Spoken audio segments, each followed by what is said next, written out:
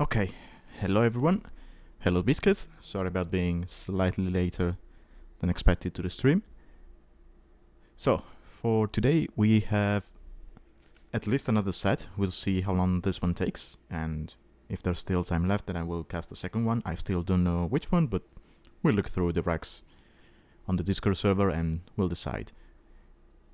Okay, so today's match is going to be between Pl0tterGhost, who we casted yesterday as well, and Alikog.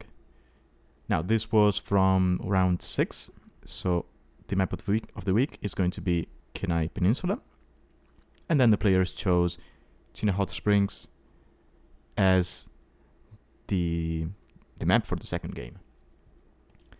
As for civs, we have basically the civs we always see banned in this tournament, so Armenians, Georgians, Byzantines sometimes is there.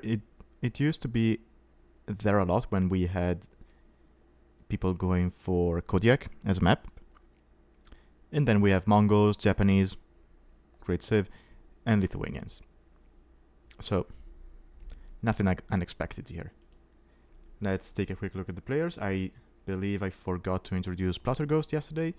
He's a Dutch player, and he is 1500. Whereas Alikog, he is slightly lower. He has a highest of 1400, and he is from Argentina. Okay, now there should be no handicap involved in this set, so without further ado, let's get right into the game and see what these guys have cooked up for our entertainment. Oh, I am excited to see Kenai Peninsula as well, Biscuits. This map, I think, has delivered a lot.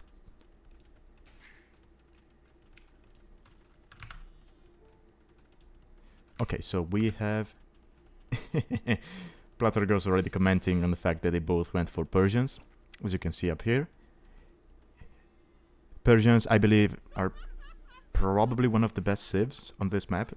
If I had to choose, my top 3 would probably be Persians, Lithuanians, and Japanese, I would say, because the start on this map is brutal because of the amount of food you have available, right? You have your standard 8 sheep, but you have to find your extra 2, and because you're so close to your opponent, it's not that rare that your opponent will find your sheep instead of you. I think we saw that yesterday. It was in the set between Biscuits and Nope, and basically Biscuits found at least 2 of Nope's sheep, and Nope had issues keeping up veal production because of the lack of food, because you have no deer and there are no boars. I mean, there are. Where are they? Okay, there's one. You have the bear, right? But it's quite far away from the TC, so you will have to drop a mill on that one. But because this is a hybrid map, you don't really want to be dropping the mill in Dark Age, right? You want to go straight for the dock. So Persians, they start with extra resources. They have the faster producing docks, so it's easier to start off your fish boom. I hate when this happens. Oh, good thing Pl0tterGhost noticed. And I hate when sometimes we have that bug where the villager goes back to the TC instead of dropping off to the lumber camp. I think it has to do something with the timing the lumber camp comes up with at, but it's whatever.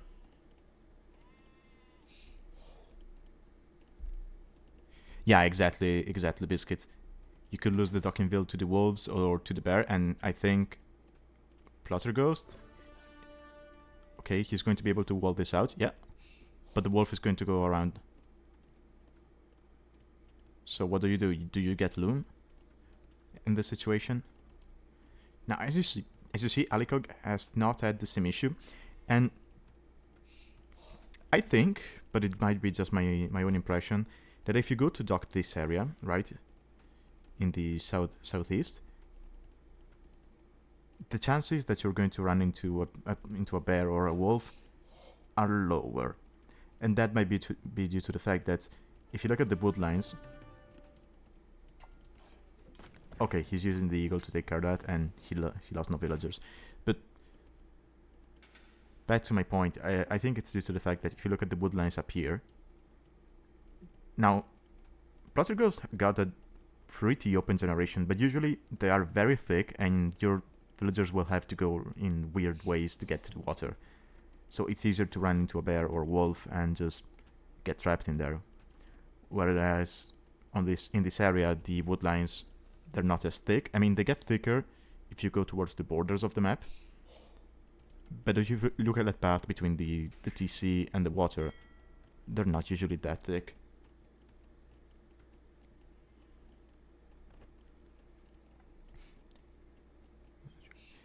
Yeah, I agree with that, Biscuits. I think you should keep your eagle close to your villager, and you have to scout the shoreline. Now, if you want to be extra safe, I think you might want to get Loom while you go there, because with the eagle, once you scout the bear, you're going to still see it in darkness, right? As we see from Pl0tterGhost's point of view. But it doesn't work that way with wolves. And a loomed villager can easily kill a wolf, but they cannot kill this bear. But because you see the bear in the darkness, you can choose the path your villager is going through, and you can avoid the bear. Wolves are a little more snaky, if you will. I also think they have a larger aggro radius compared to the bears, but I might be mistaken about that. Okay, so Pl0tterGhost is thinking, okay, I don't have much food, I finished my sheep, I am on berries, I'm going to drop a second meal to get the bear. Okay. Now, I believe because of this, Pl0tterGhost is going to be slightly later up, yeah. But he might be thinking about going fast castle, honestly. With Persians, it's quite doable, and then you get to Castle Age, and you can go straight into CA if you want. You can go into Siege, you can go into Knights, you have good options. Granted, their CA kind of fall off in Imperial Age because you lack Bracer, but they are great in Castle Age. Pl0tterGhost was trying to kill the woman, but his eagle was already weak because he fought with the wolf, so he's not going to get the kill. And look at this. Alikog sent 5 vills to fish. I like this. You're lacking the food at home, but you have shore fish and you have a safe dock. So just send vills there. This is good both for food income and also because you have 5 villagers, so the eagle is not going to be able to pick one off. Because an eagle can kill even a loomed vill, right? But if there's 2 vills, then you're not going to win that fight. Well, unless both vills are unloomed, but in that case, that's another problem. The problem is elsewhere, right? Okay, both players. Okay, Alikog has more idle TC, but is up faster. 5 fishing ships for both players, actually. And he's thinking, okay, let me go for a fire ship. Drop in a second dock. I'm guessing some vills will go to this fish and some to that. I like it. That's good thinking.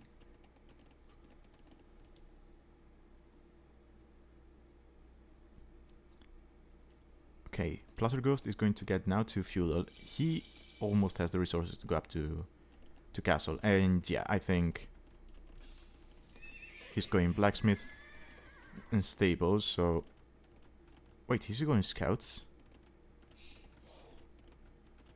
I mean, he could have sent some villager to gold and just went fast castle knights, right? You know that because of the spawn on this map, your opponent is more likely to go to this area of the water, to this water area instead of this one. So your fish should be safe.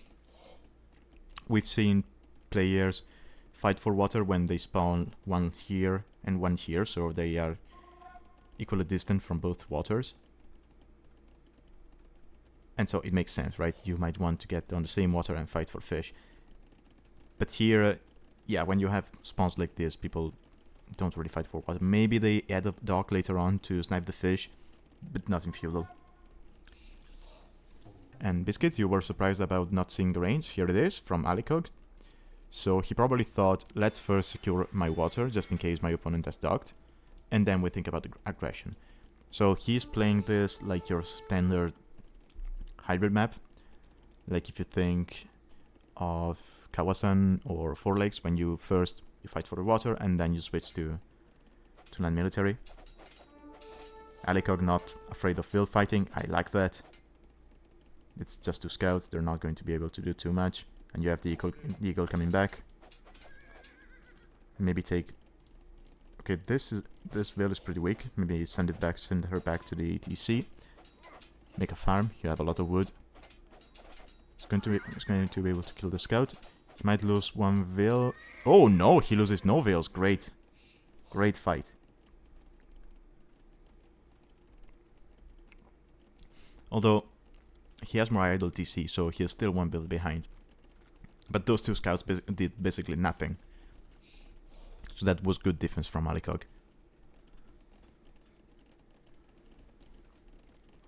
No, I agree. Scouts, I don't really like them. Unless you're able to hit a lightning fast uptime with, I don't know, Lithuanians or even Malay. It's so easy to wall, right? Because there's so much wood. Even here, you drop a wall here, you go like this, and you have all of this wood safe. Whereas, as you mentioned, archers, you have a hill, you can hit them quite easily. And the same, you could say the same if, let's say, Alikog went for scouts, right? This area is so easy to wall scouts out, and because you're doing a hybrid build, you have so many vills on wood that you would need at least, I don't know, 4, maybe 5 scouts to pick off a vill if your opponent fights back. So yeah, I do believe archers are a better choice. Also, scouts, because they cost food, they kind of slow your castle age time. So that's another thing to keep in mind. Speaking of castle age, Alikog already on his way up, whereas Pl0tterGhost is dropping now the market. I'm guessing, well, if he unqueues that veil, he can go up. So, and he also has the buildings for castle age, so I don't know why he is... Okay, yeah, he killed castle behind this.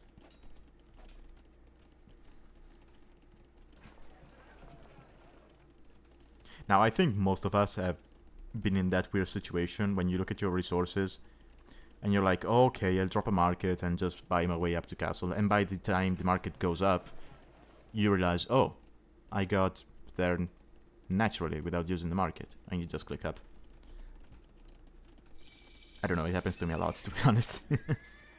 Double stable from Pl0tterGhost. So he's expecting pressure from his opponent. He saw 1 archer range and nothing else. But as you can see, Alikog is going knights. He's on double stable as well. He already has bloodlines and the 2 fiddle upgrade. Those are coming in for Pl0tterGhost as well, who is also adding a scout. I think it's just to have map view, right? Just to explore a little bit. Because he's on 2 stables. Well, one was getting bloodlines, but I mean, he's on 2 stables and he was making just 1 scout. And yeah, he doesn't make any more.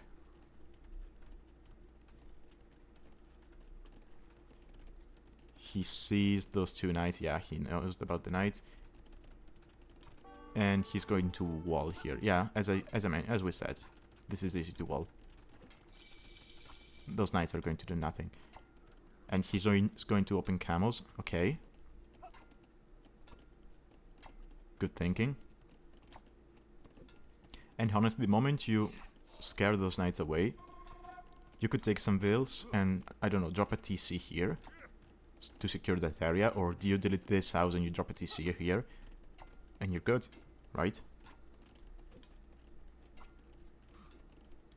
Now, where did those knights go? Oh, there they are.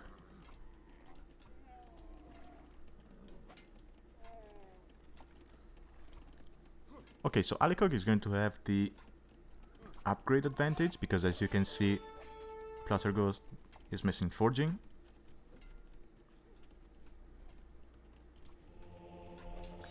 But for the time being, Pl0tterGhost has a slight eco advantage. Because Alikog, yes, he has been faster to feudal, he has been faster to castle. But he has 1 minute of idle TC more than his opponent. So Pl0tterGhost has been slower, but he has managed his eco better than his opponent, let's say. Okay, fight here. I think the camels are going to win. Yeah, they win. Yeah, now he has more numbers. Okay. This is good from Pl0tterGhost. Also, well done by both players because both are expanding their fish eco, right? You will see many people when you have them playing on an hybrid map, they will play water, maybe they will even fight on it, they win it, and then they do not add fish for the rest of the game. Whereas, well, they stop now, but they both have about 10 fishing ships, right? That's going to be very good for your eco in the long run. Especially at this dock. This dock is going to be amazing. And here, well, you have... He's running out of dip fish, but you still have the shore fish, which is fine. Pl0tterGhost going for the 3rd TC. I like that spot.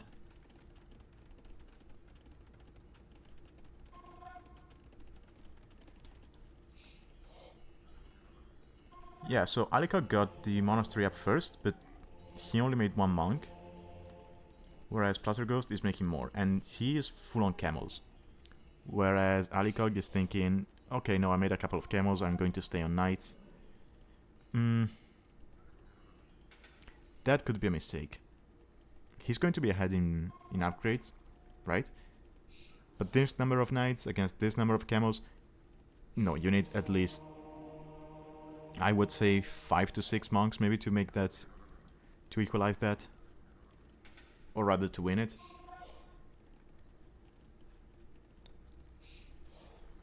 And Pl0tterGhost knows how important monks are. Oh, and he's getting devotion. Yep, that's a good play.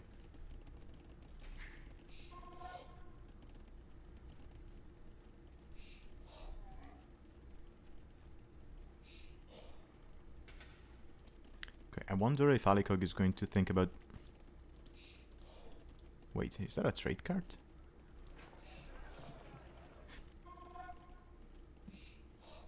That must be a misclick, right? Unless he wants to trade this with this distance.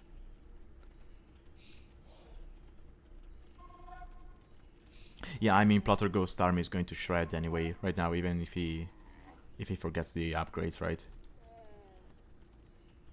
Even with, I think even if the difference is just 1 upgrade, a camel should still win 1v1 against a knight. So, yeah, oh, he's, no, why are you?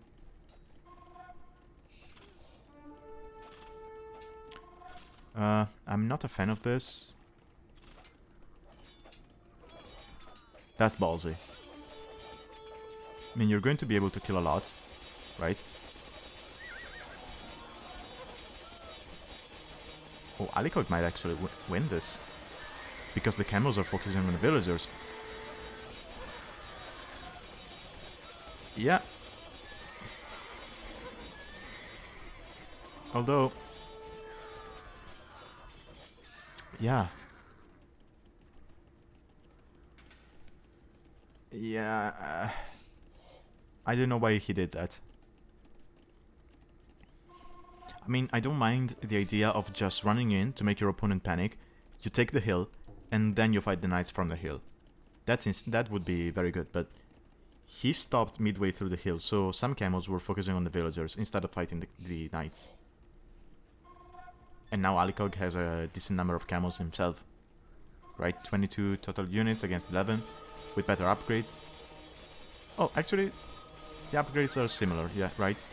Because yeah, Pl0tterGhost has +2 armor, but Alikog has +2 attack. And yeah, despite losing the fight, Pl0tterGhost behind us has a huge eco. He could even consider dropping the fourth stable, and then you just overwhelm your opponent.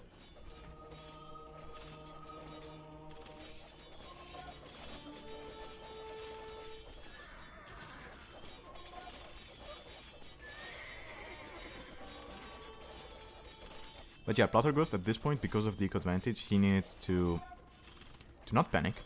You need to stop streaming your units. Right, you keep them in the stables, and the moment you have like 10 camels, you just jump out and you kill your opponent. Or you just lead him to the TC and you kill him with the arrow fire as well. That works as well. That works too.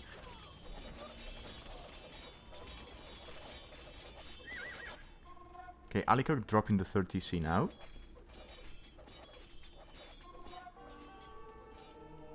And Pl0tterGhost has kind of stabilized, right?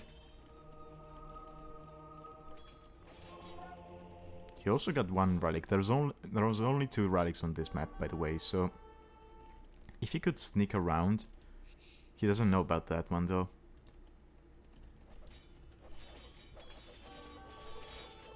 But he has 30 more veils. That's insane.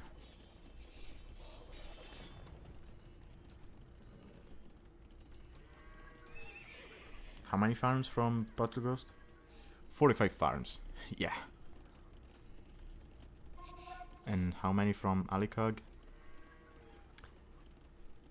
Half the number, basically. Although Alikog's resources are closer to Imperial. Oh, defensive castle. I think Alikog sees that. Right?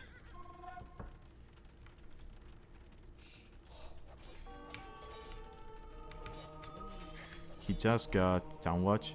Oh, he doesn't know about the castle. Ooh.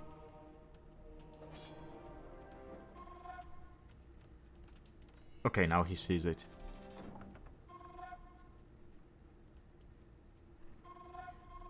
Okay, so that castle is going to deny 2 farms and kill some houses.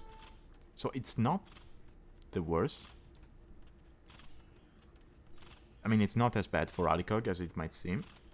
Right? Had it been, let's say, a couple of tiles this way, then it would have ranged the stables. It takes down the stables. That's annoying. Houses, it's fine. And Alikog sees a castle on his face and is thinking, okay, time for Imperial. Probably because he thinks his opponent is up to Imperial, and he is. I think Alikog was missing the buildings. Yeah, he was missing the second building because he only had the monastery. Dropping the university now. He's going to click, drop a castle of his own. Oh, Imperial is behind a Ville, and it's on this TC. Ooh. I mean, this TC should stay up, especially with the castle here. But he's going to be 40 seconds later to Imperial.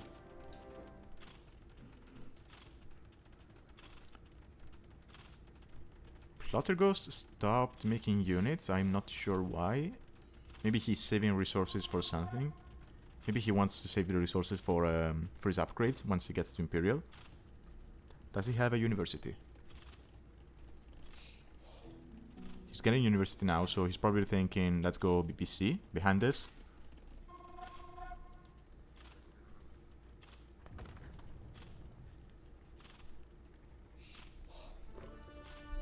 I think, Biscuits, I think it's due to the fact that both players are Persians.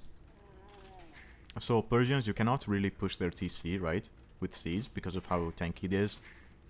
They have an amazing eco, and so they can survive with that. So I think that's why this game is going to Imperial. Because I remember when I played this map during this round, I was against Otter, and we both went Persians as well, and it got to Imperial. So it might have something to do with the Civ.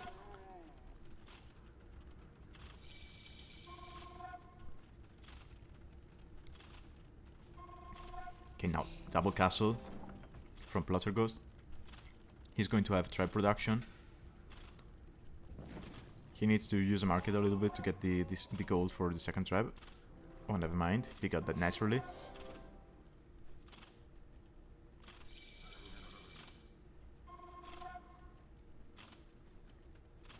heavy camel immediately for Alikog, coming in from Pl0tterGhost as well.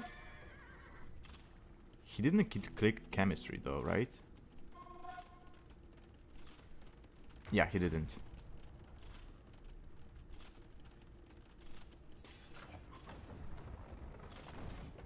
Getting conscription, I mean it's one castle against two. You can do that. Also, if you take the trap and you go like 2 tiles more forward, you get hill advantage. That would be nice. But I'm being nitpicky, right? You don't think that in the heat of the moment, especially when you see... Oh, third castle. Nice quick wall. I think both players will wait for heavy camel. No? Okay. We just fight? Okay, let's fight. This castle should go up, but just in case, you should drop a house here. Alikog is going to win this fight as well. Look at the army number difference. But now you have 3 castles from Pl0tterGhost. You do not push this. You might be able to snipe the traps, but the castle goes down. And now you have 50 more veils from Pl0tterGhost. He's going to be able to produce camels for days.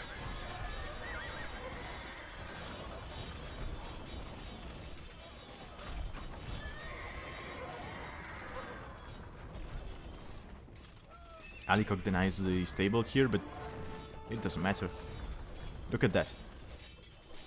The army numbers were basically double for Alikog a few moments ago, and despite winning the fight, they're now becoming equal.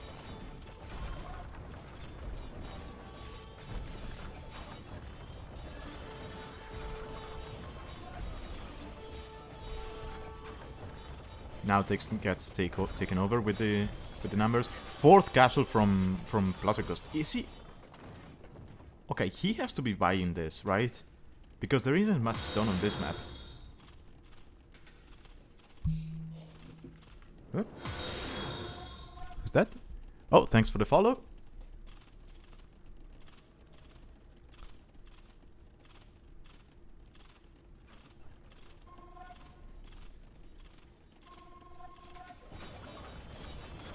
And yeah, now Pl0tterGhost is just going to push this like there's no tomorrow.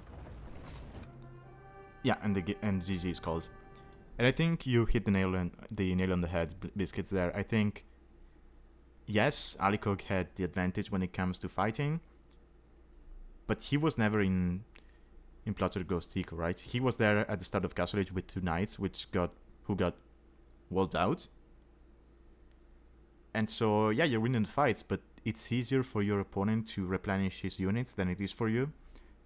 So, in reality, you're actually losing those fights. Because, yeah, he won the fight, but it's not like he was left with, I don't know, 30 army after the fight. It was like 5 to 6 knights and camels. That's nothing. You cannot take down TC with that. You cannot raid as well with those.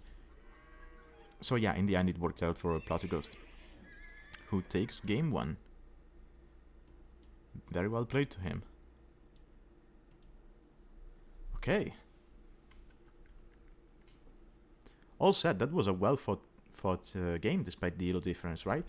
I know Alikog in the end lost because he fell behind in eco, but there were a couple of moments where you know, you could think the game was going to swing. I think either player should have tried to dock the opponent's water. Although there are no fish traps, so maybe it's not worth it. Because at this point, this fish is not as efficient. I mean, this one could be. But yeah. So let's take a quick look at the statistics. Yeah, look at that. Alikog had almost double the army. But if you cannot replenish it because you lack eco, that doesn't really matter, right? Also, at one point it was mostly camels.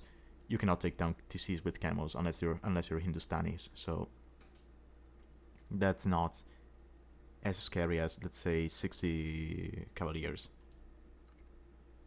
Yeah, we can see the difference in eco. 6k more resources collected from Pl0tterGhost.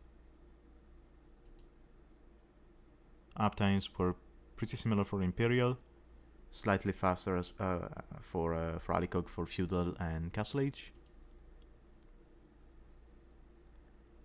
50 more vills from Pl0tterGhost, and then APM is pretty similar. Okay.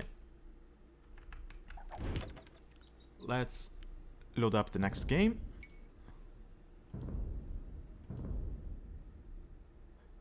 Okay, so this game is divided in 2 parts, so there is going to be a drop midway through.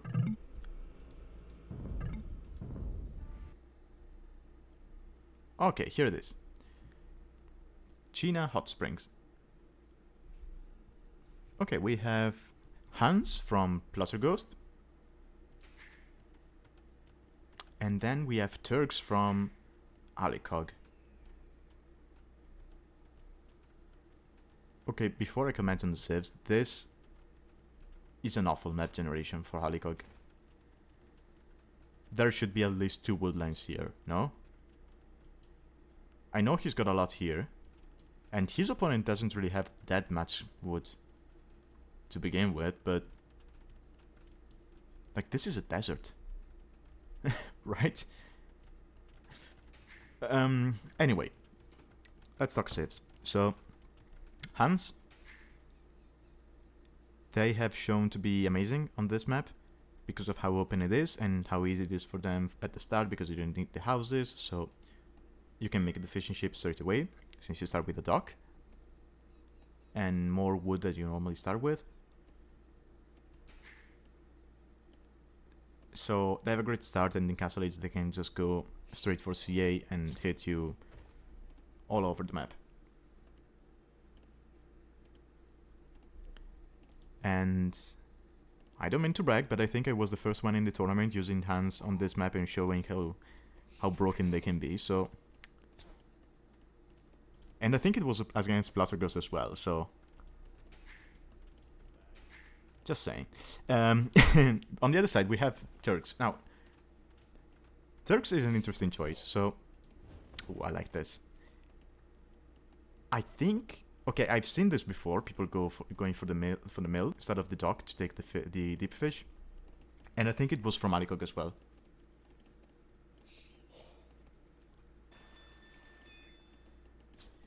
So I think this is his thing, and I like it. If you do not intend to fight water in feudal, investing into a mill instead of a dock is probably a good choice. But now Turks, they can play out a little bit like Hans, as in, you can play CA. Granted, your CA are not going to be anything special until you get the unique tech. But then after that, you should be able to basically murder the Hans CA. And you could also consider going for Light Kev or Hussar later on in the game, because you get the upgrades for free. So as a mobile civ, I really like the idea of them. You also have the option to just go fast castle, drop a castle, and then go Janissaries. Those are such a strong unit that you could do that. I think we've seen unique unit play on this map before, mostly from Spanish, if I remember correctly.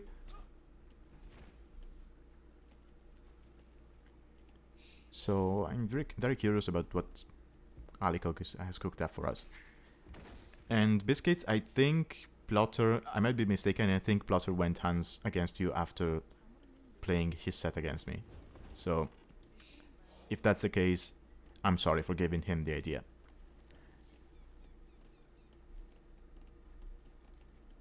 Okay, look at the amount of villagers on fish from Alikog. Now, also keep in mind, this, compared to the earlier stages of the tournament, this version of the map is not bugged. So you can drop you can drop fish traps on this pond. So actually, using the vills for the middle and maybe investing fishing ships for this pond to just have the fish traps later on makes sense, right? You get as much food as you can from the middle, which is exposed, and then later on you invest into fish traps here on the safe pond.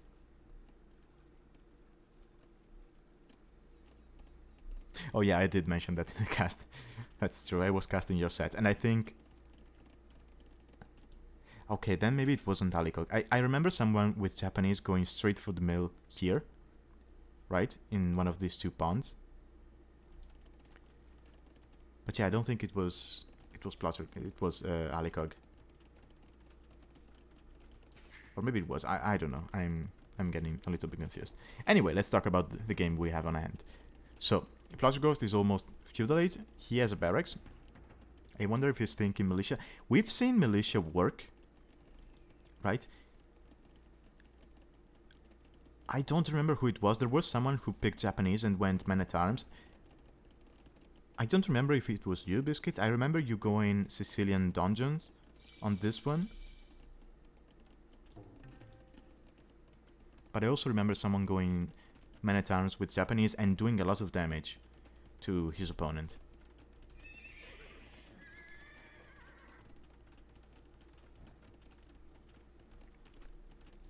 But that's not what Pl0tterGhost is thinking. He's thinking stable, and he's thinking scouts. Now, how much does he know about his opponent's map? Because, okay, he knows this area is very open. So, it makes sense to go scouts in this situation, because you know the woodlines are not very big. So, let's say you don't see around his TC, right? But let's say there's a woodline here or here, which you might be imagining. You know that that wood is going to be safe, but you also know that that wood is going to run out very quickly. Kind of like what we have on Gjavik as map. So scouts can find damage on this map, and he also knows about the mill in the middle. But you need more scouts. You cannot fight 9 vills with 3 scouts. I think you need at least 6. Maybe 5 could work, but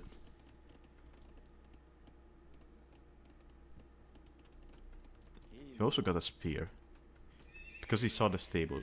And Alikog is going fast castle. Is he on stone? No, so he's not thinking Janissaries. And he's moving his units. But Pl0tterGhost, I think he saw that. He sees that. Right? Yeah, because he's on, so he starts with 2 horses. So he's tracking the vills. Alright, he's not going to be able to do any damage.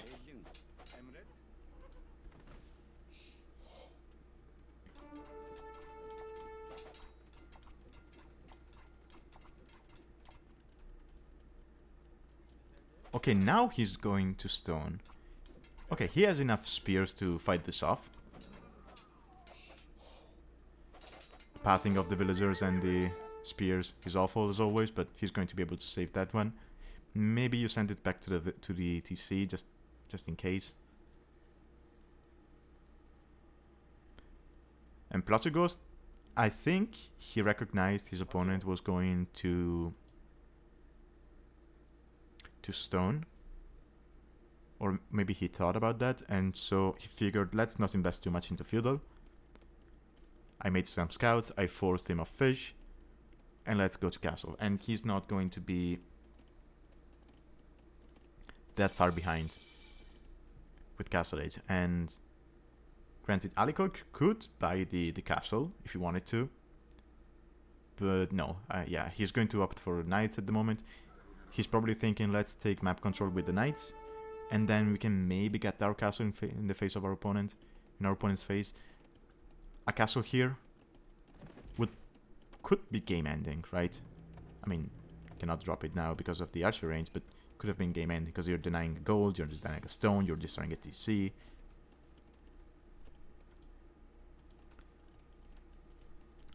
We'll see.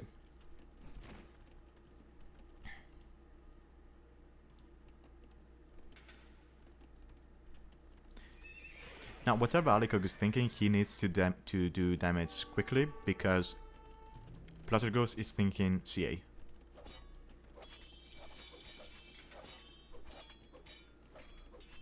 That villager pathing was awful. And no, let me.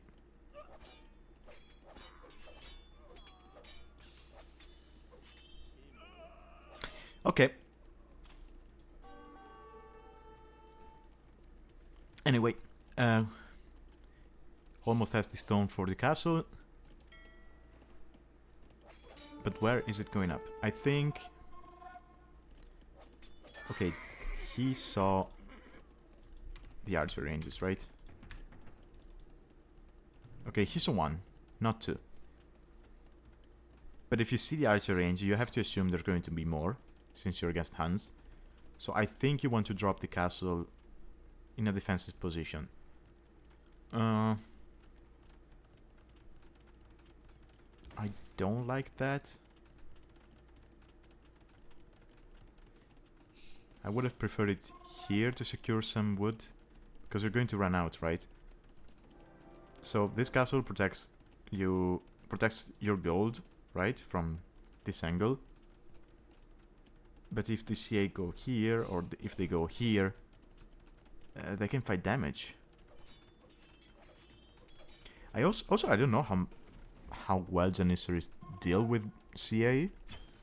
Now they should be able to outrange them, because CA can get to 6 range in Castle Age, and Janissaries Janissaries get 7, so you might be able to micro against them. Janissaries are also quite tanky, so you should be able to take arrow fire from the cavalry archers.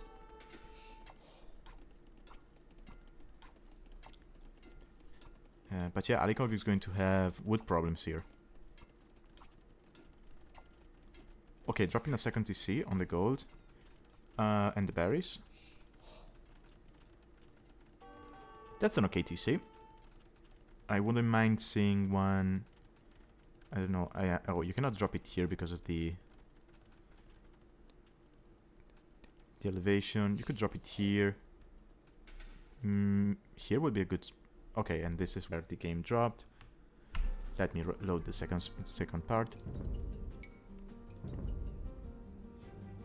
I know they're quite inaccurate at range, but the moment you get, like, say, let's say 6 of them, it basically works out like it does with organ guns, right? So you have a spread out damage, which will hit the CA, and CA, they have a big hitbox because they're mounted units. So you might be able to do some damage. 1-on-1, I think the Janissary loses. But if you're looking at, let's say, 10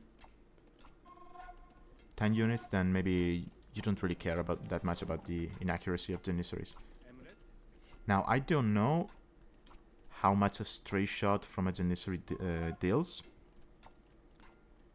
Because, for example, some units, when they miss their main target and they hit something else, they deal about half damage. I think that's true for Janissaries as well. I think the only unit which deals full damage when missing is the Arambai. But that's just, you know, the unit design.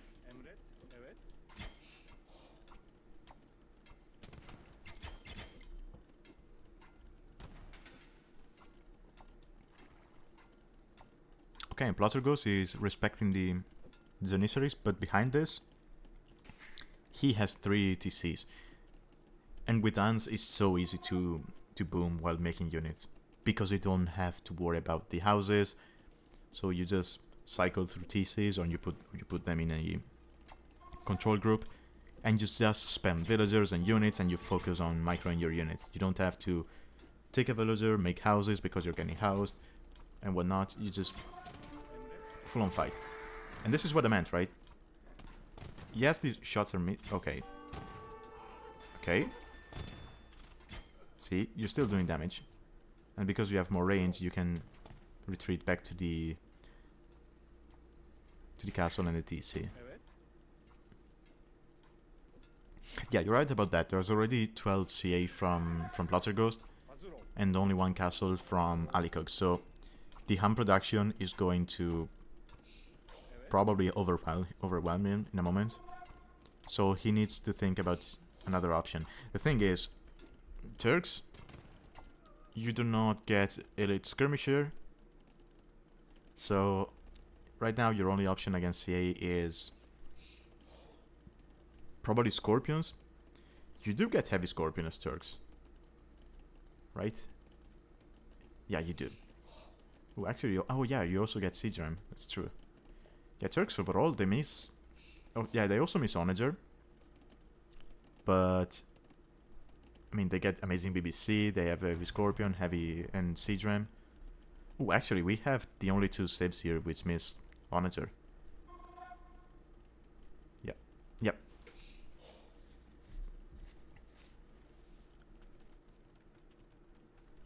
Okay, Okay, Pl0tterGhost, he's getting the army advantage.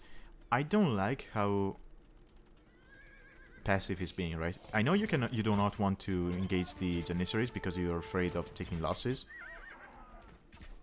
But you have the mobility, just go around and raid your opponent. Be annoying.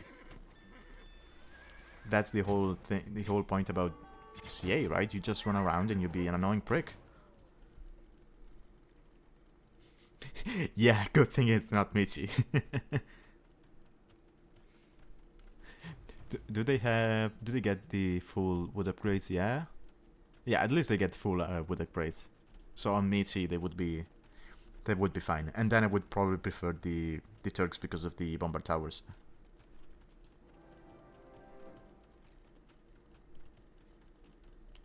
Okay, once again, Pl0tterGhost, he's taking the eco advantage on his opponent.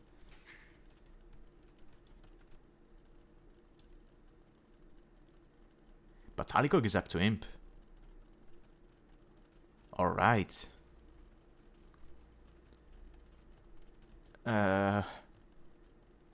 Imp into what though? We also idled our TC 10 minutes to get there. He's dropping a second castle, okay.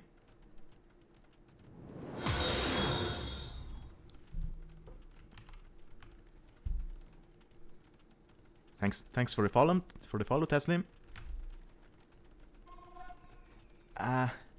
So yeah, what is Alikog thinking here? Because okay, as Turks, you hit Imperial, you get that power spike of getting BBC immediately because you have chemistry for free. That's nice, but no Siege Workshop from him. He doesn't really have the eco to be able to sustain BBC production.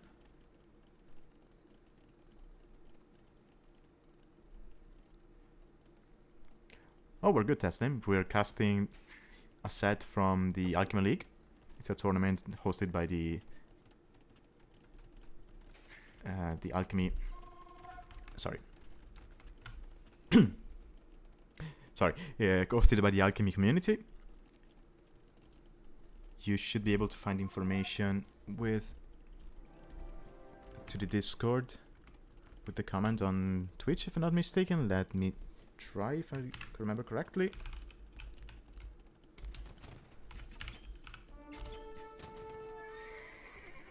Okay, no.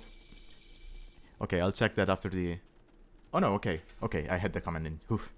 Good.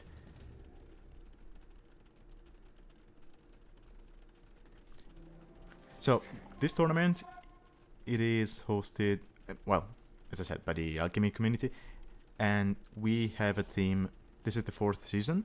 Each season has its own theme. The theme for this one is Alaska. So all of the maps were custom made, thinking about real places in Alaska. This one is about China Hot Springs. And we just finished casting a game which was on the Kenai Peninsula. We have Alikog against Pl0tterGhost. They're about 1500 Euro.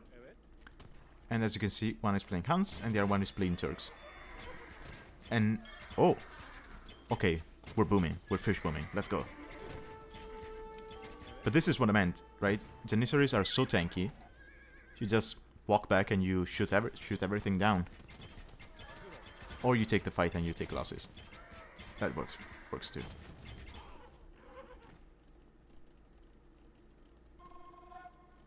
Okay, now Pl0tterGhost is up to Imp though, so Alikog needs to make something happen in the next 3 minutes.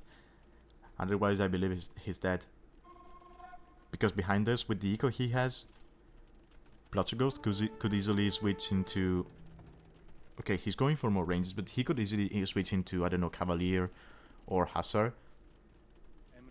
there aren't enough Janissaries to be a threat to that kind of unit. If you get a mass of like 40 of them, and with the eco he has, he could easily get there.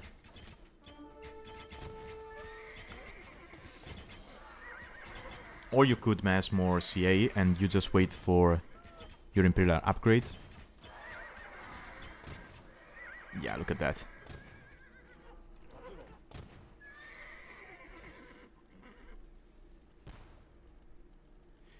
Yeah, I agree. Pl0tter has been kind of, you know, engaging, running back, but really just run around your opponent's space. Your opponent is on Janissaries, so he doesn't have the mobility to catch up with you. You don't need to be taking these fights. But at the same time, we know Alikog has a very low eco. Pl0tterGhost doesn't, because he hasn't been in his opponent's base for a while now. So maybe he's thinking, I have to whittle down his forces as much as possible, just to avoid being overrun by Turk's production with the strong units. But now he's Imperial.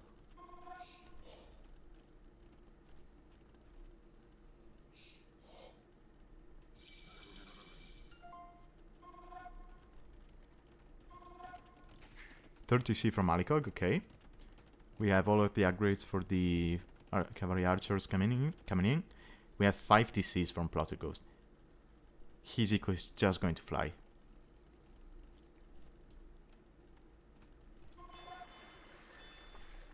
And Alikog is thinking, okay, time to fish boom as much as possible.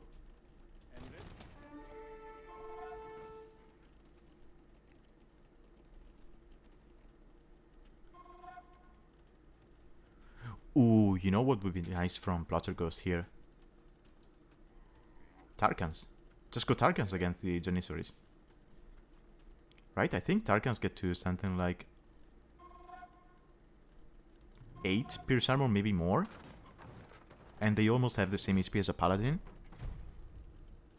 Just go Tarkans against the Janissaries. But no, he's going CA. Okay.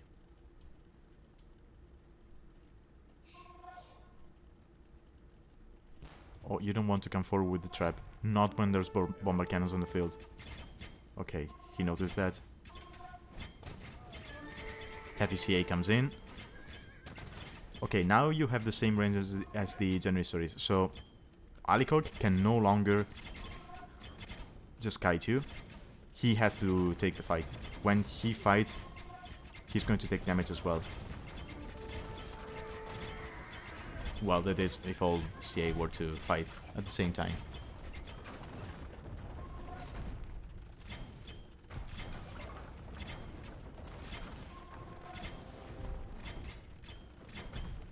Yeah, I don't think Alikog can stop this now. There's too many CA. He's getting Elite Janissary. Oh. Almost no eco and we're getting Elite Janissary for 12 units who are going to die now. And Pl0tterGhost knows what his next move is. He's just going light cap. And I think we're going to be seeing the Hussar Brigade behind that. And now he's finally starting to raid with his units. Let's go, use that mobility.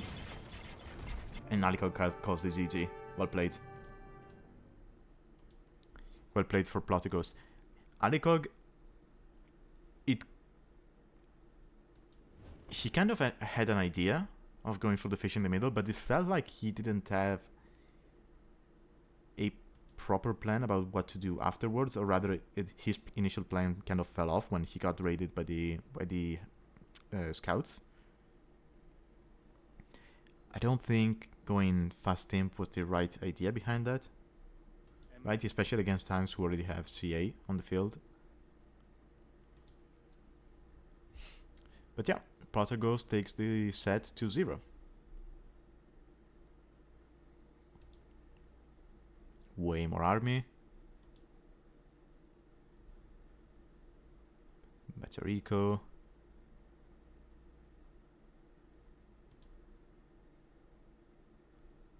Yeah.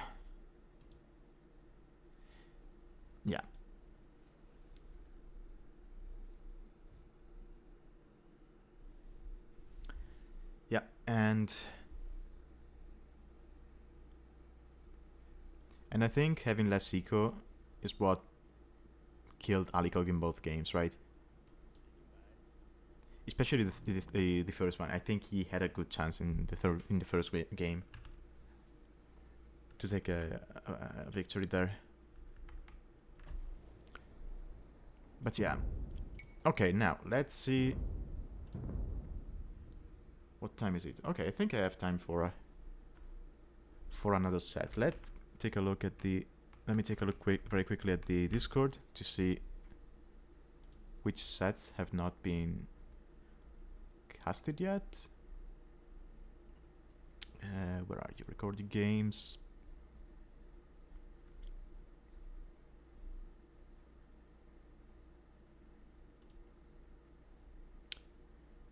Okay.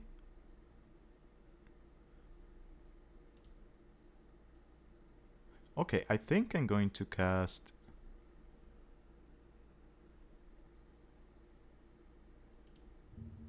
Okay, I'm going to cast the Otter one against DjSapsan.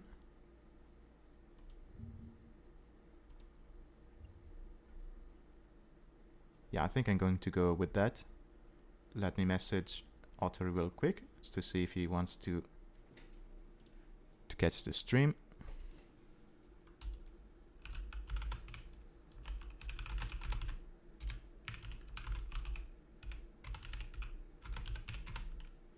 DjSapsan.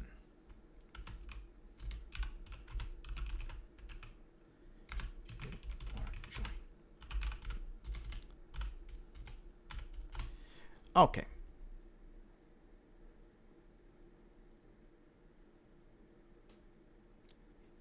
What's ATB? Sorry.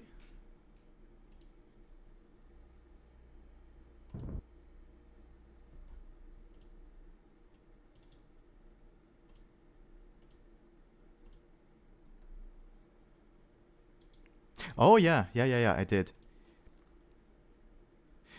Yeah, it was actually I actually joined last minute because Otter asked me to. And I mean, I can say that now because the thing is over. So there was actually when you signed up, you had to declare that you were available to play the finals. And if you were not able to play on the day of the finals, which was the 1st of December, you should not sign up, right? I already knew I couldn't play on the 1st of December, but I still signed up, and I just thought to myself, and I told that to Otter, and I just thought to myself, okay, I sign up anyway. I'm not aiming to get to the finals. I am just going to be the biggest douche I can be on the game I play. And that's what I did. And I honestly survived longer than thought, because generally if you go aggressive, starting from feudal age, people just start killing you. But yeah, I was able to hold on. Yeah, I'm a little sad I didn't get to kill Liquid. But it is what it is. Okay, so I know I'm already showing you the game. Let me just get the drafts first. We'll take a look at that, and then we can get into the game proper.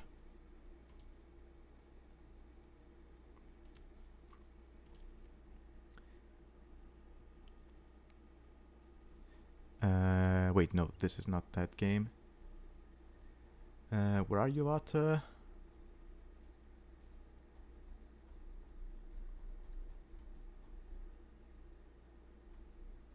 This one.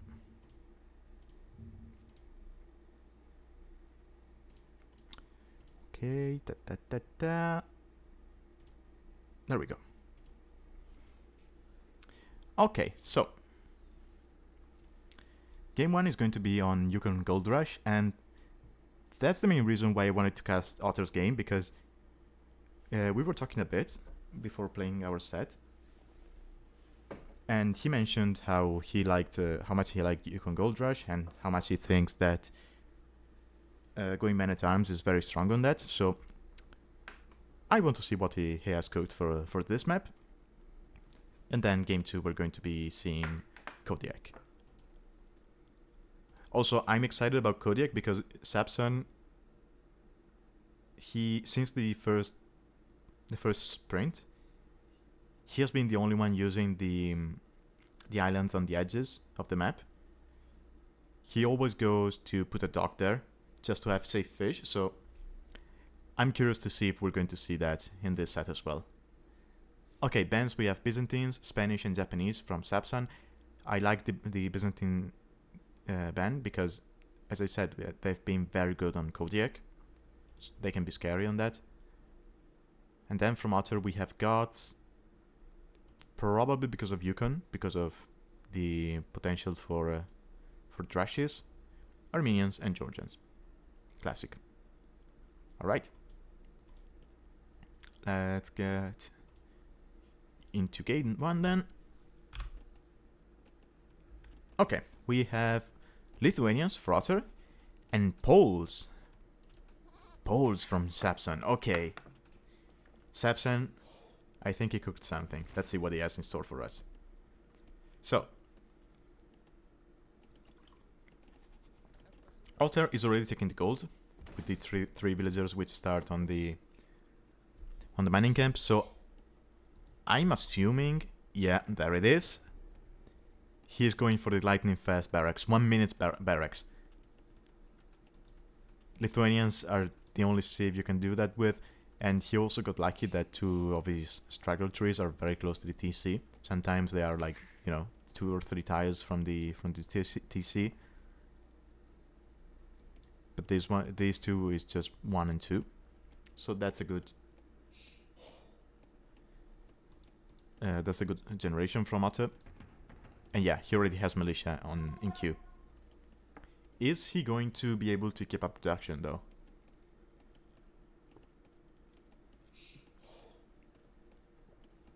This is going to be a very tight build. And yeah, okay, getting Loom now to avoid idle TC. But 2 militia is all he's going to be able to afford.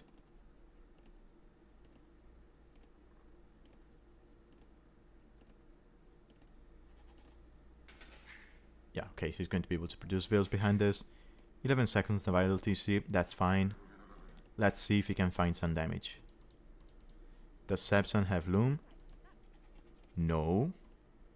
But he took his villagers off the gold. And he sent them back. Probably to get this here. Oh, this is a nice forework.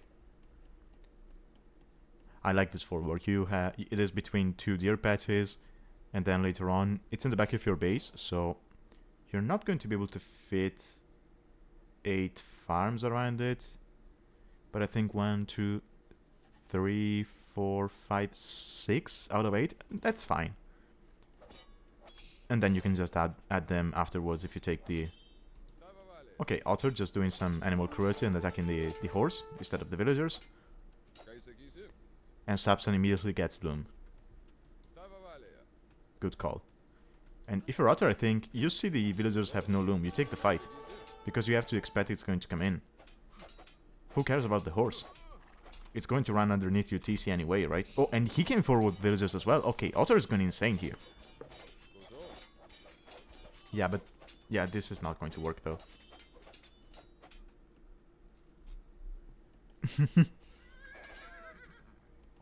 Yeah, and the horse is going to stop the villagers.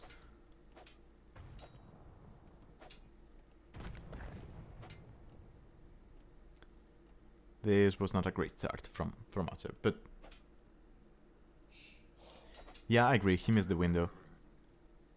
I mean, he still has Lithuanians, right? Still an amazing save, so he might still be able to do something with it.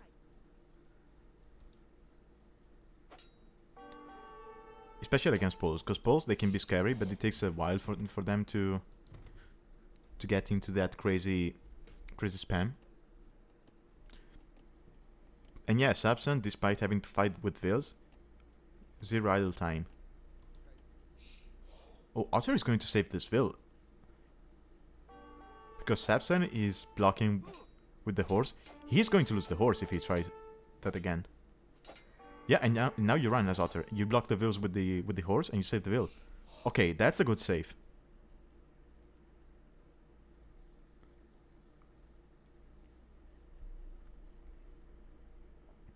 Yeah, Wingtas are meta, but I think once the unique tech comes in, I think the Lithuanian one wins.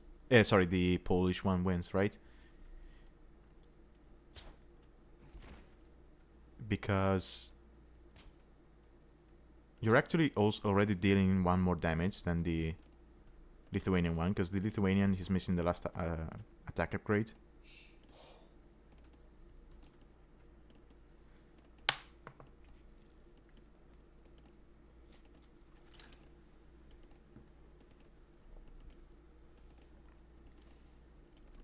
Okay, now Sapsan, he is raking up that idle TC. He's up to feudal though. And he's thinking, oh, you wanted to lame my resources? I'm laming your resources. And once he gets to feudal, this villager is going to regenerate as well. Otter needs to start thinking about walling up.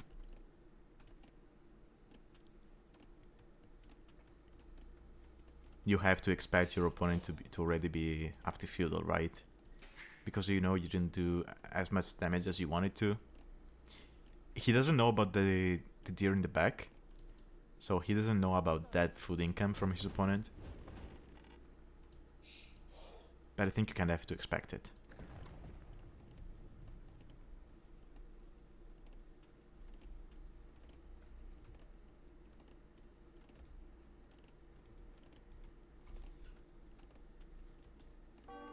I keep looking back at DjSapsan's base because I see teal in it, and it's just the walls from Otter.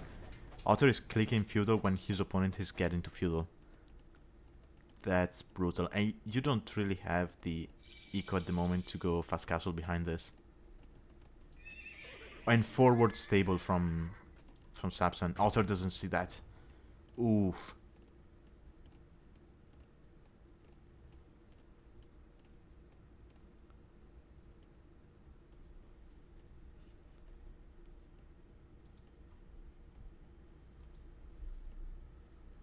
Otter, you need to spot this. Double stable. Okay, now he sees it. You wall it in. Wall it in. Wall the stables in. Palisade, palisade, gate, gate, palisade, palisade. And you go double gates here. And you're fine.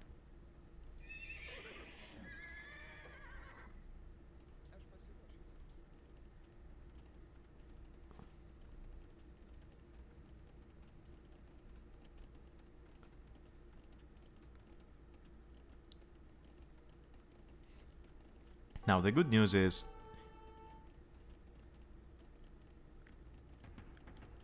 it's easy to wall your resources at the moment. You have farms underneath your TC. You can just make a couple of spears. Bloodlines! Sapsan is going insane here. And he's walling Otter in.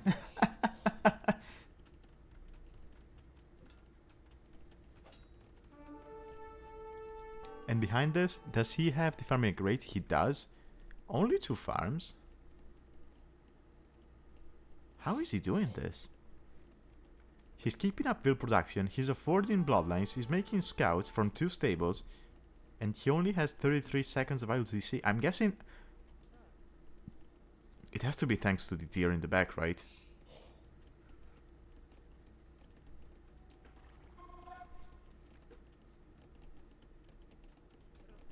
Ooh, this tower is going to be very annoying for Otter. Because the moment you try to run with these vills, you get sniped by the scouts. 9 scouts from Sapsan, that's crazy.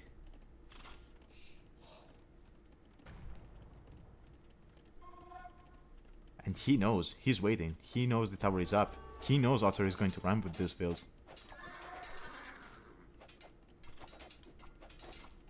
And he's waiting with the scouts. Otter is going to try and take down the tower. I think you can probably batter down the palisade, but the scouts are going to be on you. Yeah.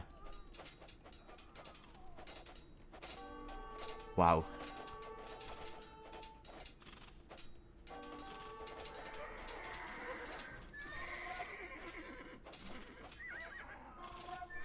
Yeah, I agree. I don't think I've seen scouts on this map. I thought about scouts myself, but I figured, well, no, archers are still better. Because of the amount of woodlands and how easy it is to wall, right?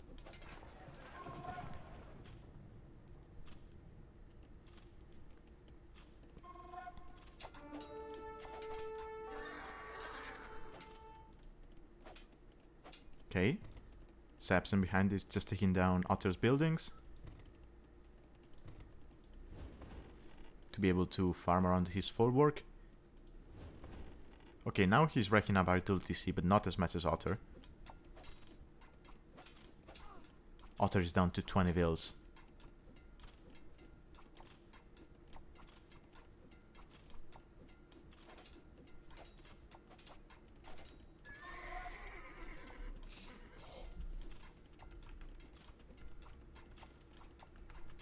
And I believe my stream just crashed. Yes, it did.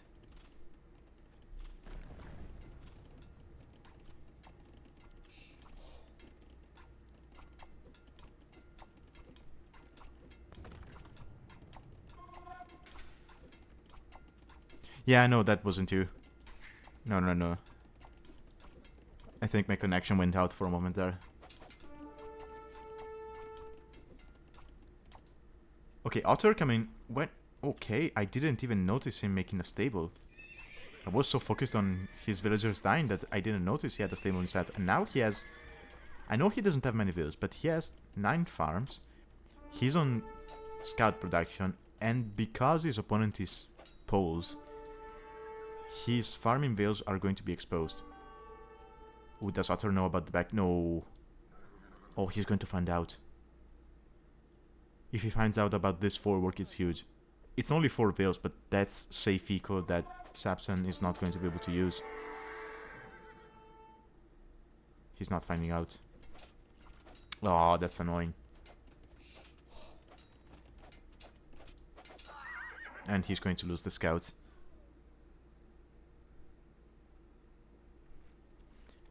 I think... No, I think Man at Arms can work on this map. Or Drashing in general. Because we saw... I think it was last week. I was casting Chanchilaru against Guras, if I'm not mistaken. And Chanchilaru, he went Drash Fast Castle into Plumes. And that worked. I think Otter was trying to be too big brain, going for the Lithuanian militia, super fast militia, and also going forward with 2 vills, so he kind of nuked himself.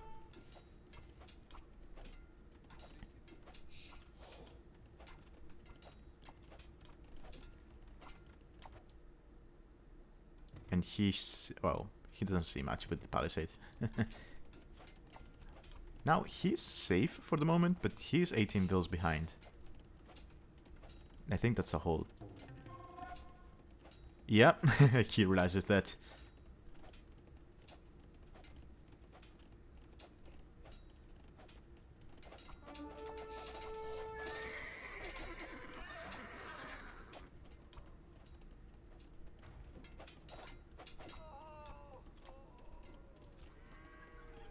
Now the thing is, well, Otter could still take gold if he wanted to, but DjSapsan is going to click castle. So for the time being, Otter is not dead yet because he's on 15 farms. His opponent is on 20, and those are Polish farms as well, so that's huge. But the thing is, DjSapsan is going to be castle. He's going to have map control. He's on stone.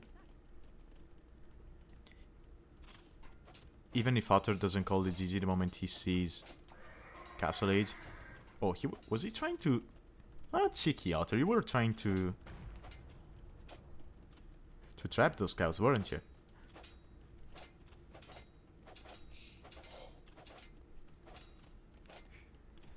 But yeah, if Otter doesn't call the GG the moment he sees castle, he's probably going to call it the moment he sees a castle going up on his face. Because if you're DjSapsan, you have every reason to just come forward and drop a castle right here. Now, 4 stables.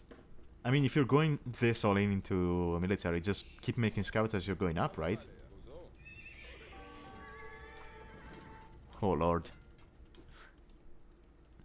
Yeah. Here's the vills. I mean, he might even consider dropping a castle, getting the unique tech. What is it called again? Schlachta privileges, I think that's how it's pronounced. I don't know. I mean, he has the resources for that. And now Otter sees the castle coming up with 1 vill. Oh, he's going to vill fight it. Do you really want to vill fight Poles?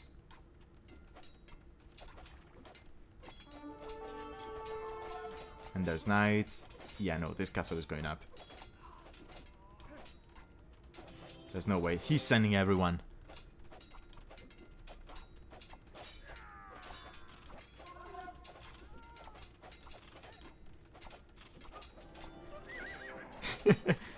Otter is saying, I'm going out, but I'm going out with style. 23 vills. Yeah, that. I think we're about to see the GG here.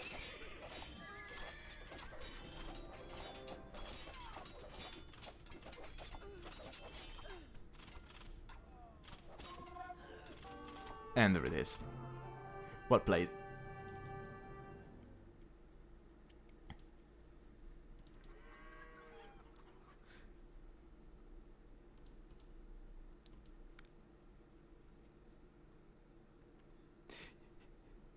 Yes, DjSapsan's response was great. He realized his opponent kind of Titanic, so he thought, okay, I'm going to be ahead with economy, let's go forward. And let's trap him there and keep booming at home, because, especially if you're Poles, you want to keep your opponent's attention away from your base, because your farms are not going to be around your TC, are going to be exposed on your forwards. So that's one more reason to go forward, I suppose. And then you're also making sure that your opponent is 100% Titanic.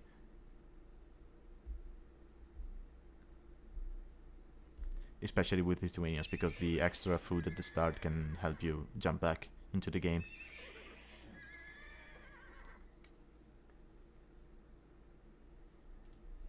Okay, let's have a quick look at the statistics. So, military. Oh, actually, the military number was closer than expected, because Otter was making spears, he was making scouts behind that. But yeah, look at the resources collected. 6k more resources with a 27 minutes game. Behind by 2 minutes to feudal. And I'm guessing DjSapsan was on auto scout with the horse. DjSapsan, I see you lurking in the chat. Were you on auto scout? Or are you just that good at clicking around the minimap with the horse?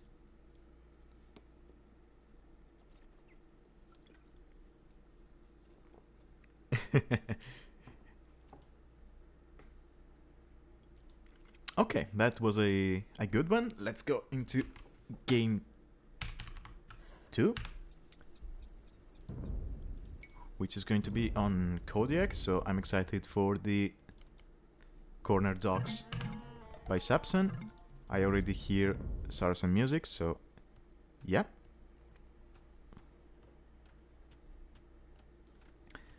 Okay, so we have Saracens by DjSapsan. So I'm expecting dock here, or here, or here, one of these 3 islands. And then we have to watch out for transports, because I also remember DjSapsan taking a transport, with like 1 or 2 vills in it, and dropping a monastery in the back of his opponent's base. So we'll have to watch out for that. And Otter has opted for Persians. Great civ for hybrid maps. Let's see what he's thinking. It's probably not going to be a douche, but I can still hope, right? Actually, I should have douched at least once in this tournament. What am I doing?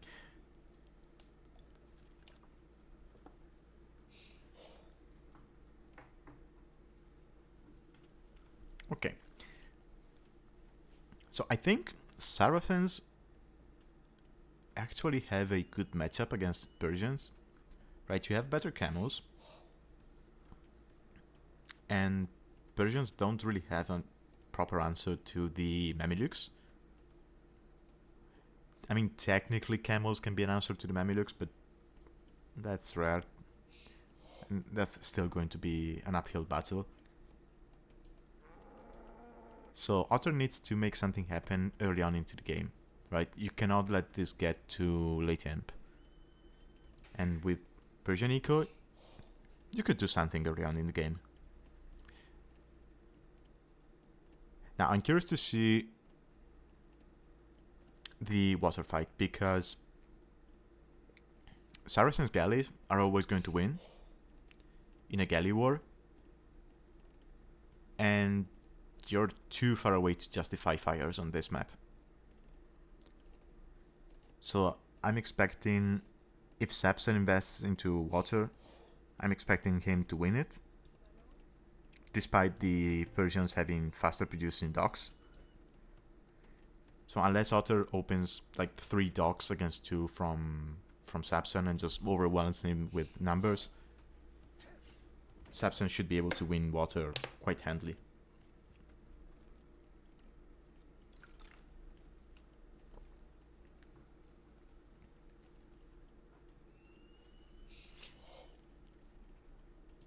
Okay, dock coming up from Otter, and dock coming up from DjSapsan.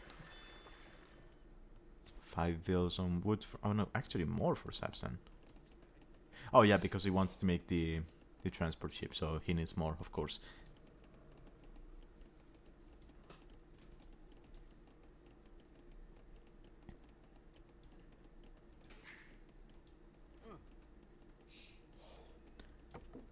This deer is just trolling Otter, okay. And he just kills it close to the lumber camp.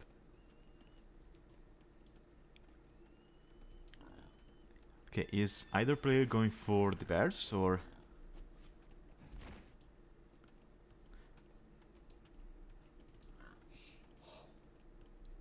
Okay, personally what I like to do on this map, if you're going out for the bears, if you... Okay, Otter is now going for it. If you see they're close to another resource you would like to have, like wood, gold, and whatnot, you could justify just killing the bear with like 9 vills. And then, as they're going back to the TC, you do not build a mill, but you build like a lumber camp or a mining camp. Oh, Otter losing a vill to the bear. And they will just drop off the food the moment the building goes up.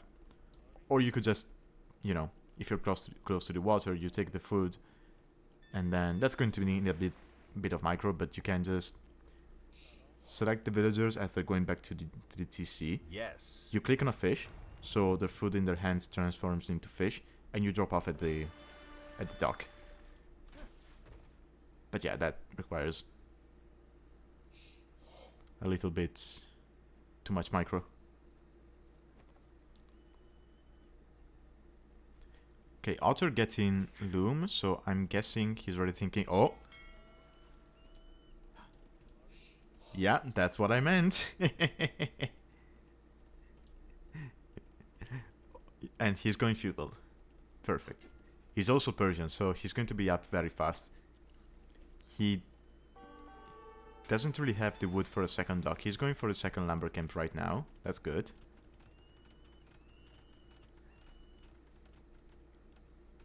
He'll probably drop the second dock either here or here. DjSapsan Eagle is having a romantic conversation with the goose. Now they go back to the TC. Sapsan, where's this transport? Don't let me down like this, man. Come on.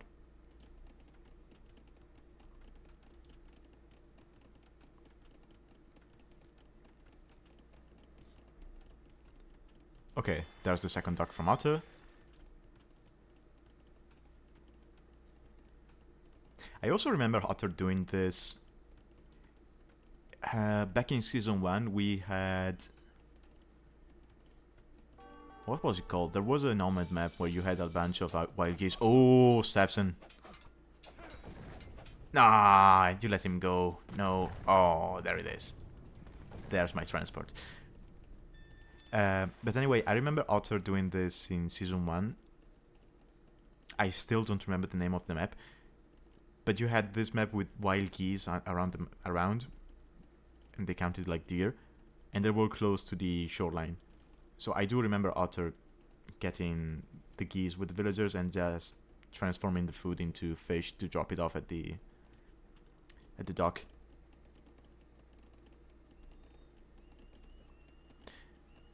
I mean, Sapsan, you lost a will to the scout, but he lost a will to the bear, so that's fair. Ah, there's this sneaky dock. I wonder if Otter is going to remember to be remembering this from the previous sets.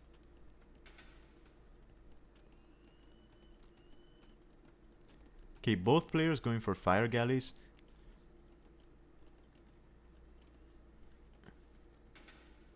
I'm going to shut up. I mean, if you people have watched my previous casts, you should know how I feel about fire galleys. In short, I think they suck. But, I mean, there are some maps where you can make them work, like Kawasan or Four Legs, but on a map like this, I just hate them.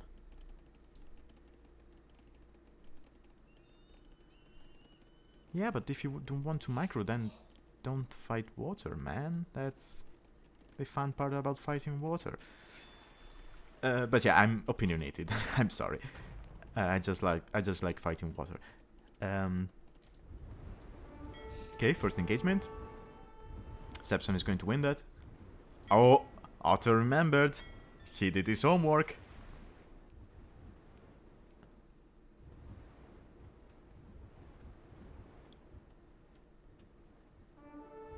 Oh, actually, biscuits. That's an interesting idea. Nobody tried going forward, Doc. I mean, it's risky, right? Because you have to walk through the mountains where there are boars. Haha, get shanked, Eagle. But that could be interesting.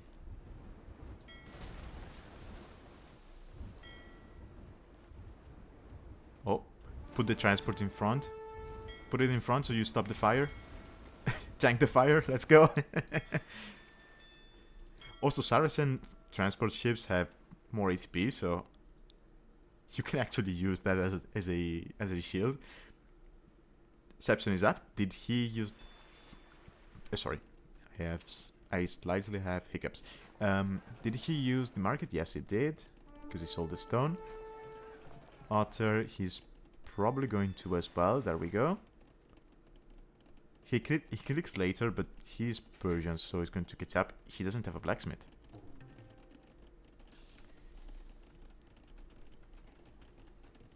Now, if you went galleys, you would have a blacksmith.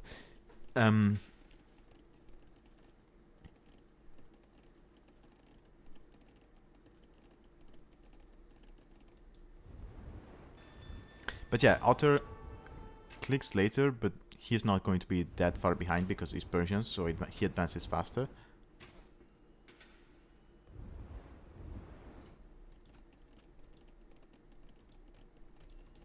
And he's thinking, okay, let's switch out of water. Let's go knight. Does he have the eco for that? Yeah, he should be able to afford that. He's still making fires. I mean, it's fine. You have a lot of fish here, Otter, actually. So yeah, you should be fighting water.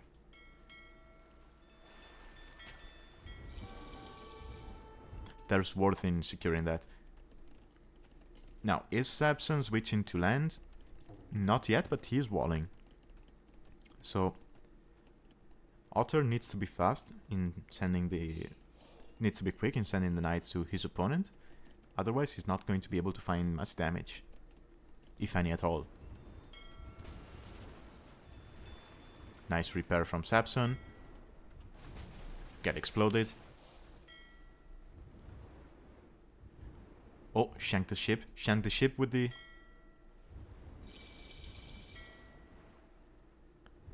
Come on, do it! Do it! Yes!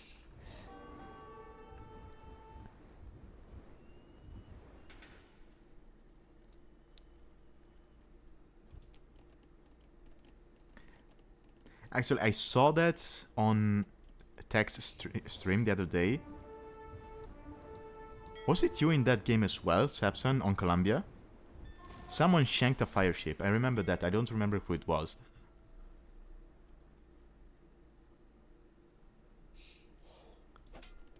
Oh?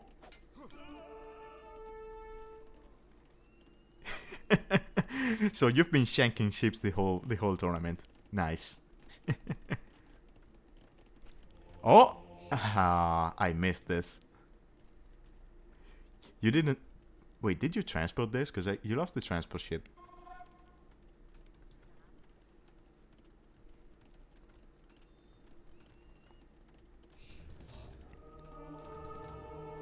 So, sneaky monastery from DjSapsan. Again.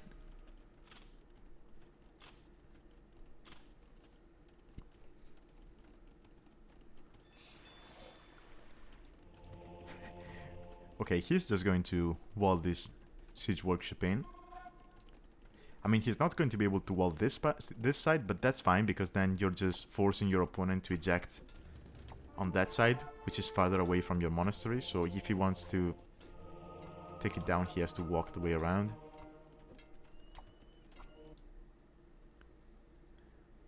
Okay, both players have given up on water. Okay, no, DjSapsan, he got the War Galley upgrade and he's going forward while pressuring with knights, yeah, and monks. Light cap from Otter. Okay, that's going to be able to take care of the knight. Sorry, of the monk. One down.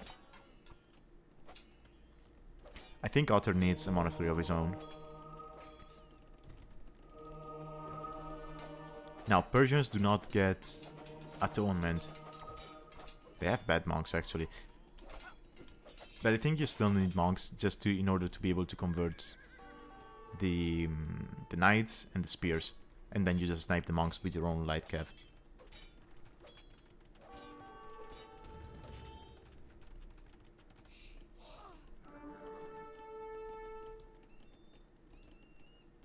Okay, those light cav wanted to kill the Vil, but she died because of the bear.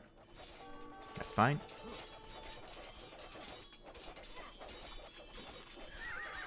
Nice TC. Okay, DjSapsan has forward builds. He should be thinking about a forward siege workshop at this point, I guess. Just to take down the TC, although it's a Persian TC, so that's not going to be easy. Okay, these light cap, they might find some kills here. Let's see. Also, DjSapsan taking down the dogs. It's going to take a while because, again, Persian dogs. No, no, no, Otter, where are you going? Kill the Vils. I mean, you want to go on the gold? Okay, there's a couple of weak Vils.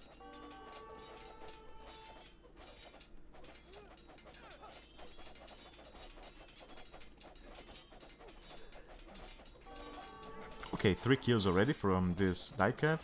5.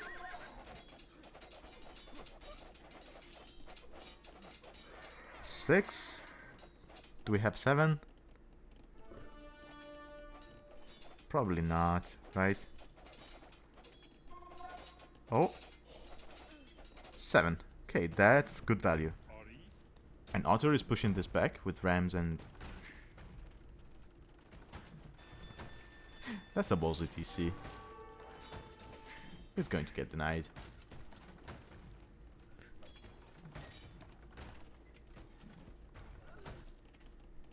I mean, you say DjSapsan doesn't like to keep military at home, but he has no production buildings at home. So he's kind of forced to keep military at the front. Also, he took water, so he might consider adding fishing ships, and he is. Good play. Very good play. And this area is going to be very good for fish booming if he wants to. Although he might lose the vil to the bear. This scorpion. Okay, that TC almost goes up. Okay, it's fine.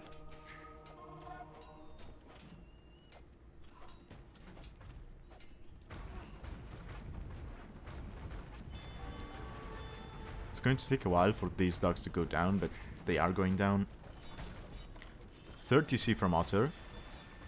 He's poisoned, so his eco is not going to be falling behind, despite having lost water. As you can see, he has 10 more vils. And he's going to be able to take down the monastery. That's huge. Okay, now you can move on to the stable. And I think you can now go around with the light cav to snipe the remaining monks. And you stabilize behind this. Where's the monk from Otter? Okay, it's there. It's fine. Oh. Okay, that could be... Just shank it with the bills. Oh! Killing the old man. He's going to kill the scorpion, isn't he? Yep. Okay, light cav only has the first armor upgrade and bloodlines. Otter blocking with the gate.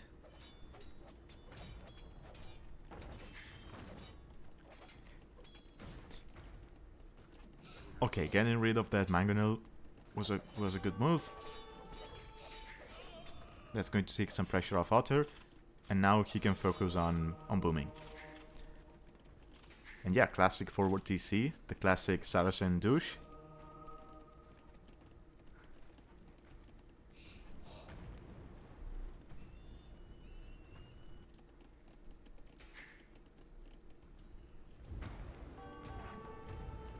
Okay, I think Otter is going to drop a castle right here. Maybe you delete the... Yeah, you can delete the number camp and you just drop a castle. Yeah, there we go.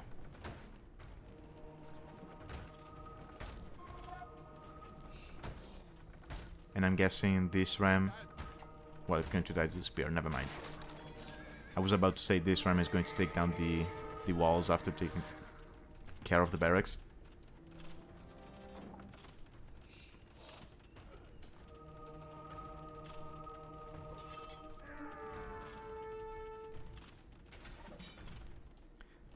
Okay, now Otter, he was under a lot of pressure, but behind this, he has an actual eco working. DjSapsan, Kokaya, what?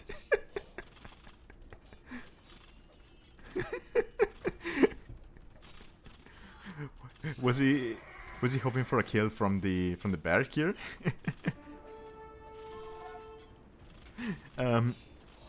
Going back to what I was saying, I think Otter has stabilized here. DjSapsan, his only eco is on fish, which is good, don't get me wrong, but only 1 TC against 3 Persian TCs. Sorry, only 2 TCs against 3 Persian TCs. He's not going to cut it, right? Now, Otter, I think he can just drop some eco. Get to maybe, I don't know, 80 vils, something like that. It's going to take a couple of minutes. And then you can start spamming knights into your opponent's eco.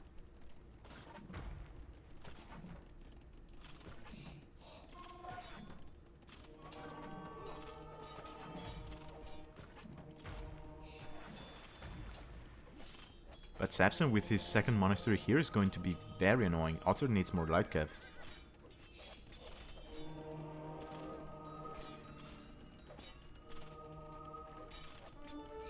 Okay, getting that camel conversion is good.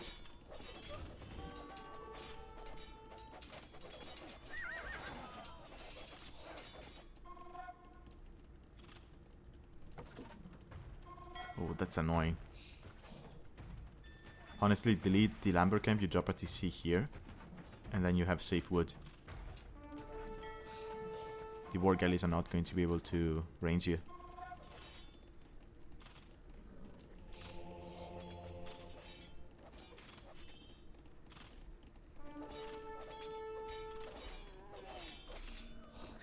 DjSapsan says he doesn't care about these fields because they're converting anyway.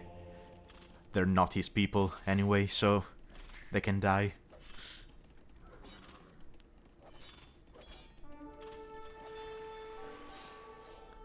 Okay, now Stable's coming up at home. He's going to need camel production at home, and honestly, with the amount of fish he has, I wouldn't mind seeing more dogs here, but I understand he's focused on this. I mean, with the amount of fishing ships he has, he can spam knights. Well, knights as well, but camels mostly. And he's Saracen, so his camels are going to be extra tanky. Especially with bloodlines already in.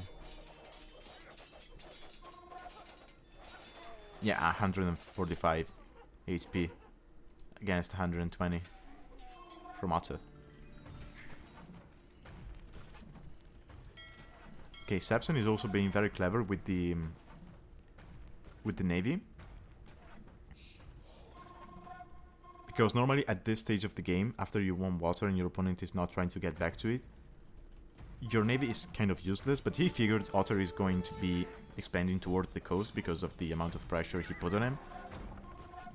So he's using those galleys to be annoying. That's a good move. And now he is thinking, okay, my forward is kind of falling behind. Let's focus a little bit at home. Develop my eco.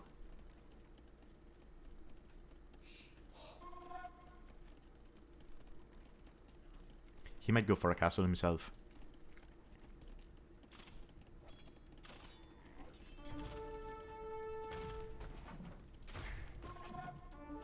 Okay, now that's the TC I was talking about. Otter is kind of underproducing here. Look at the military difference.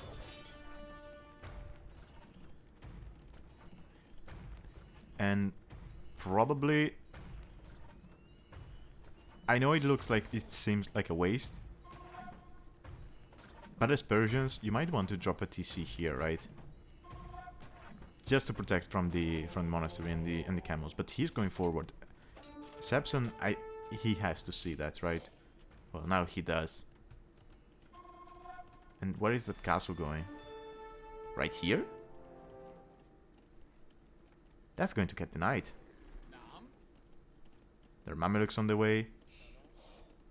Now it's DjSapsan's turn to say go Gaia.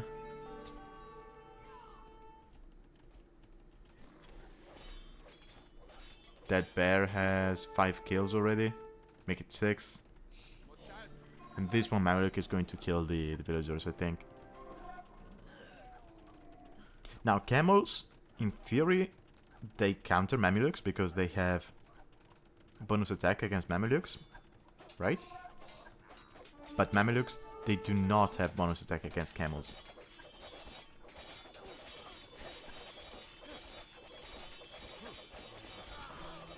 And the castle is denied. Otter sending more vills.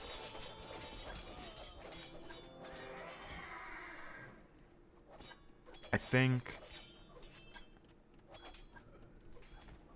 think this castle wasn't needed. Right. Maybe if he makes a castle here, you delete this mining camp, make a castle right here, and then you build another mining camp there. And then you take stone and you drop another one here, just to be sure your opponent is completely locked out of your base. If you do that and you boom behind, you have a good chance at winning the game. But, I mean, I say that because I see how little eco DjSapsan had here compared to Otter. But Otter doesn't know that because he hasn't been in DjSapsan's base for a while now. So he probably thought DjSapsan had more eco than he had. And he figured, I need to go all in. to have a chance to win this. Yeah, and you have the fish eco. DjSapsan has the fish eco as well.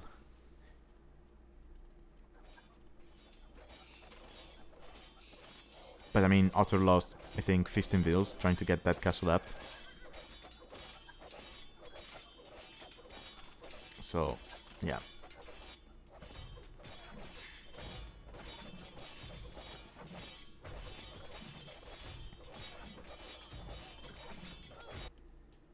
Extra docks, I like that. Now that he can spare the APM for that. Dropping extra docks is a nice move. For efficiency. Did he get the... Yeah, he got the guild nets.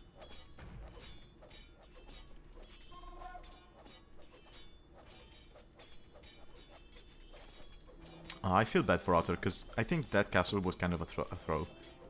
I mean, even if the castle goes up its own, he's still in a shaky position, don't get me wrong.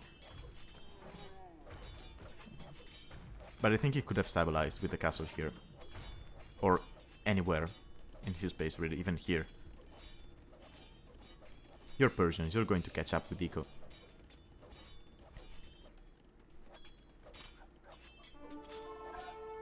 But now DjSapsan is about to be Imperial. He's just going full Mamelukes.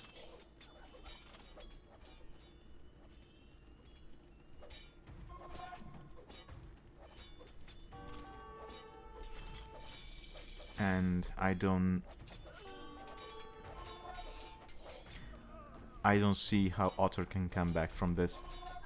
As I said at the start, Mamelukes, they're very good against Persians. I don't think Persians have a proper counter unit to them. Heavy Camel maybe, but again, I know Heavy Camel gets bonus damage against Mamelukes. But if you're looking at 50 Mamelukes against Heavy Camel, 50 Heavy Camels, in a close space like this, yeah, you're not going to win that. Especially if Saracens have camels themselves as a mid shield, right? Yeah, and Otter knows that, and he calls the GG. Well played to both of them. Again, I think Otter was holding on fine. He just tried an all-in play that he didn't really need to do. Oh, DjSapsan also expanding to the...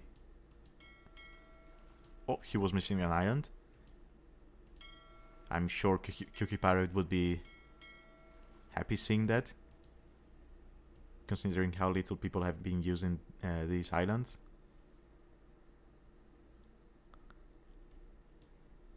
But yeah, good set.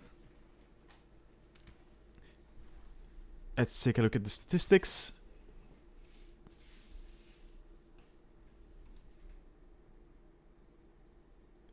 Military, way more army from DjSapsan, although that was mostly at this moment in the game, right?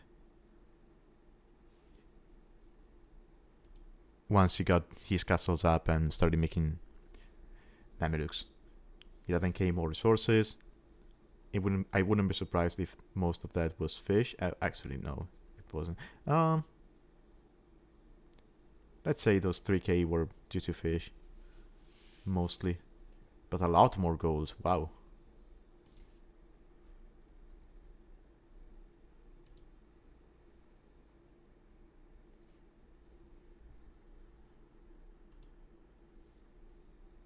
Okay.